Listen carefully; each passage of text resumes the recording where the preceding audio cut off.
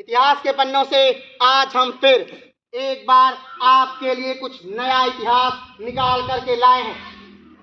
तो आइए जानते हैं कि आखिर इतिहास के पन्नों में आज के दिन, आज की तारीख को इतिहास में क्या घटित हुआ था।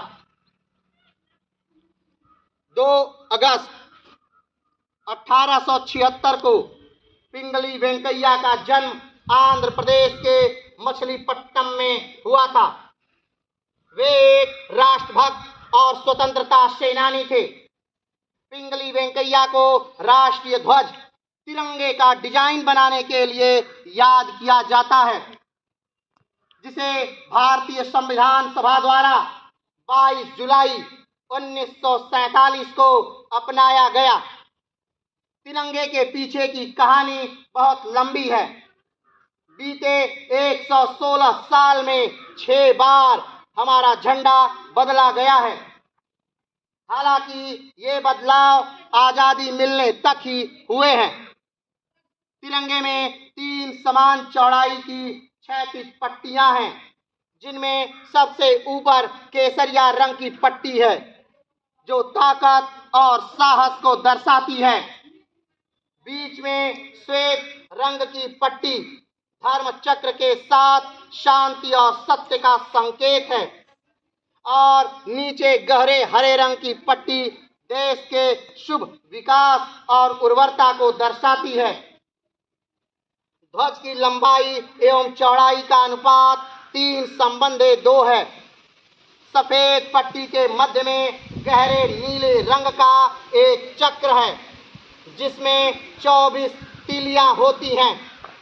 यह इस बात का प्रतीक है, भारत निरंतर प्रगतिशील है। इस चक्र का व्यास लगभग सफेद पट्टी की चौड़ाई के बराबर होता है। इसका रूप सारनाथ में स्थित अशोक स्तंभ के शेर के शीर्ष फलक के चक्र में दिखने वाले की तरह होता है। भारतीय राष्ट्र ध्वज अपने आप में ही भारत की एकता, शांति, समृद्धि और विकास को दर्शाता हुआ दिखाई देता है। राष्ट्रीय झंडा निरस्त्रीकरण के अनुसार झंडा खादी में ही बनना चाहिए। यह एक विशेष प्रकार के हाथ से काटे गए कपड़े से बनता है, जो महात्मा गांधी द्वारा लोकप्रिय बनाया गया था। इन सभी विशिष्टताओं को व्यापक रूप से भारत में सम्मान दिया जाता है। भारतीय ध्वज संहिता के द्वारा इनके प्रदर्शन और प्रयोग पर विशेष नियंत्रण है। कहने का तात्पर्य मात्र इतना है कि हमारे देश का जो झंडा आप वर्तमान में प्रयोग करते हैं, जो 26 जनवरी 15 अगस्त को हम लहराते हैं, जो हमारे शान, हमारे गौरव गाथा और हमारे आंदोलनों का प्रतीक है, जो भारत का प्रतिनिधित्व करता है किसी भी दूसरे देश में। इस झंडे का वर्तमान डिजाइन जो हम झंडा फहराते हैं, इसका डिजाइन बनाया था पिंगली वेंकैया ने। ये सिर्फ झंडा नहीं है, ये किसी राष्ट्र की शान है जो आप झंडा लहराते हैं। सबसे ऊपर जो रंग है वो साहस को दर्शाता है। सफेद रंग हमें शांति के प्रतीक के तौर पे बताता है, और हरा रंग हमारे देश की हरियाली को दर्शाता है।